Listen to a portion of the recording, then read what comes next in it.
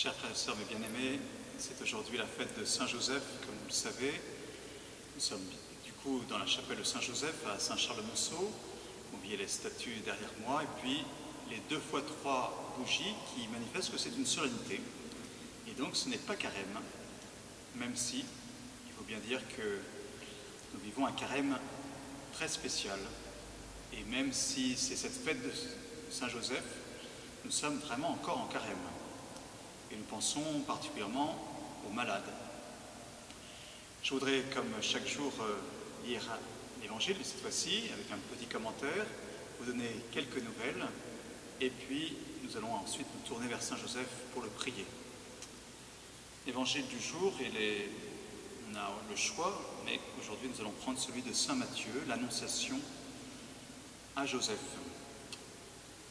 Jacob engendra Joseph, l'époux de Marie, de laquelle fut engendré Jésus, que l'on appelle Christ ou Messie. Voici quelle fut l'origine de Jésus-Christ. Marie, la mère de Jésus, avait été accordée en mariage à Joseph.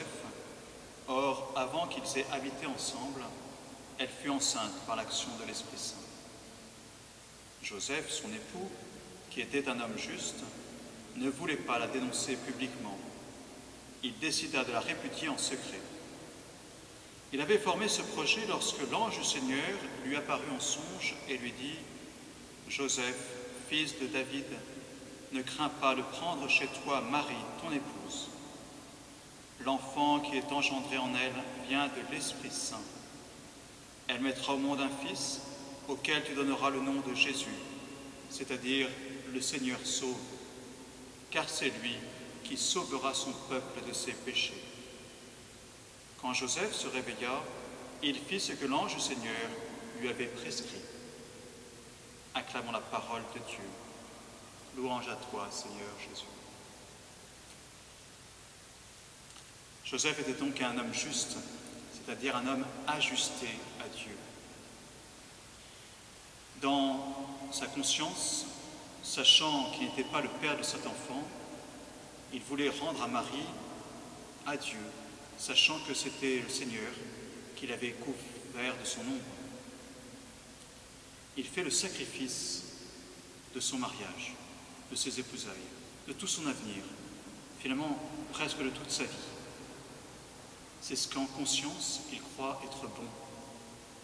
Mais non seulement il sacrifie son mariage, mais en un sens il se sacrifie lui-même, pour la simple et bonne raison que, à cause de cette répudiation, alors qu'il y avait une promesse de mariage, c'est de sa faute.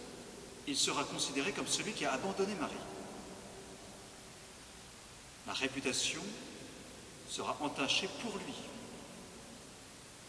plutôt que Marie soit lapidée.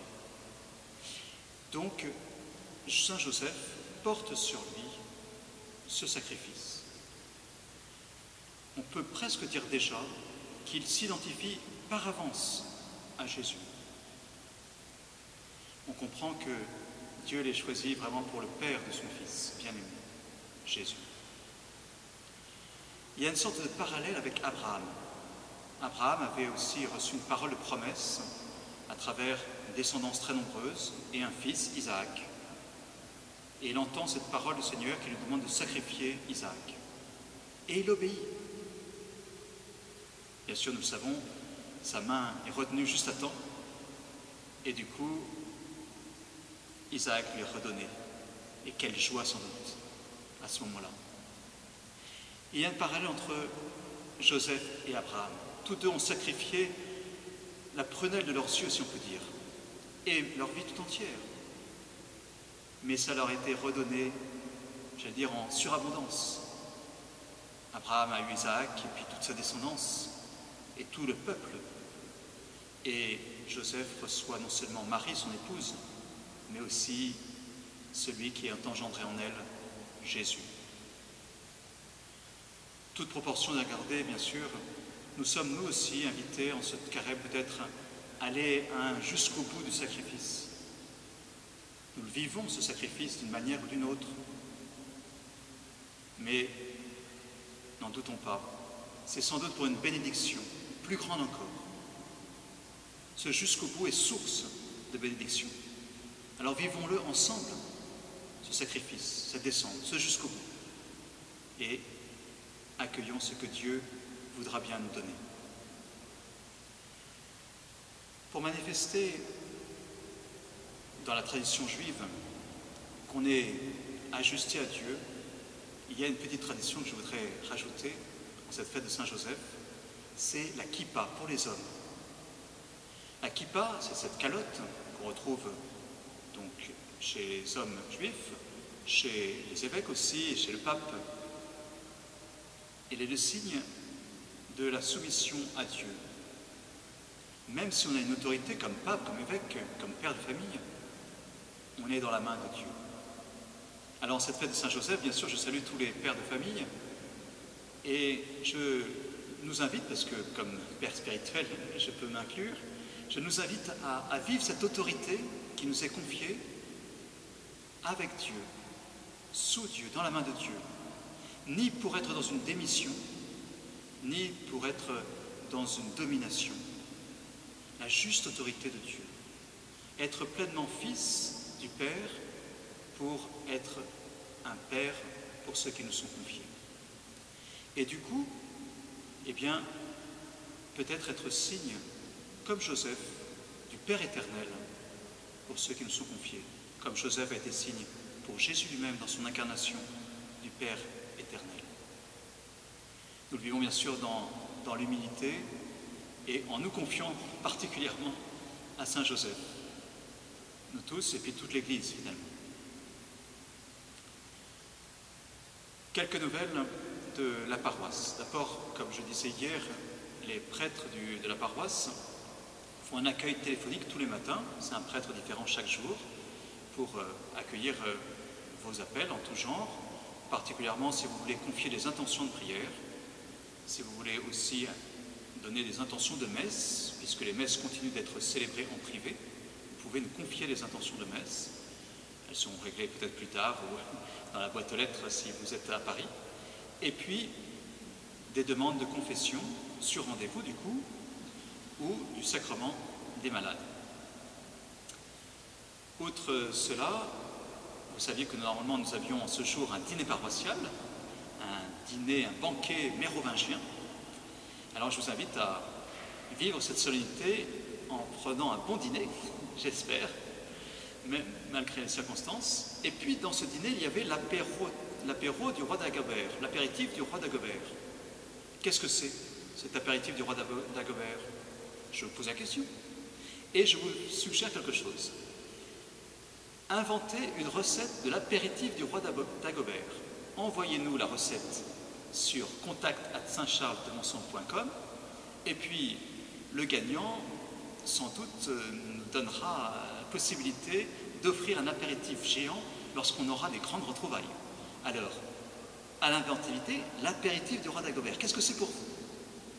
Donnez-nous votre recette. Enfin, tournons-nous bien sûr vers Saint Joseph en lui confiant particulièrement les malades, ceux que nous connaissons sur la paroisse, dont nous commençons à entendre parler, en confiant aussi ceux qui sont dans la solitude, ceux qui sont vraiment isolés, et en confiant aussi les soignants. J'ai eu un écho tout à l'heure de médecins qui déjà commencent à fatiguer, parce qu'ils se donnent beaucoup de peine. Nous confions tout cela et toutes ces intentions avec la prière de Saint Joseph que Monseigneur Aupetit nous a confiée, qui est sur le site de la paroisse, vous pouvez retrouver, que nous allons dire ensemble. Je vous laisse faire une petite pause si vous voulez, et nous allons dire ensemble cette prière.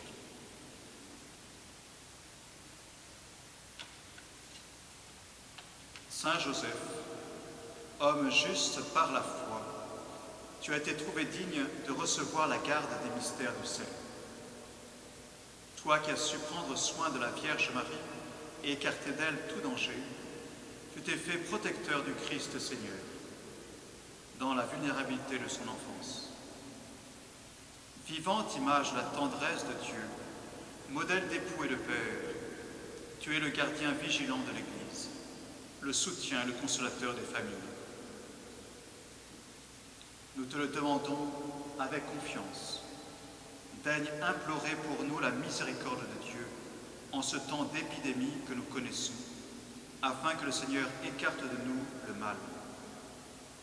Intercède pour ceux qui sont morts, réconforte les malades, protège et inspire ceux qui les soignent.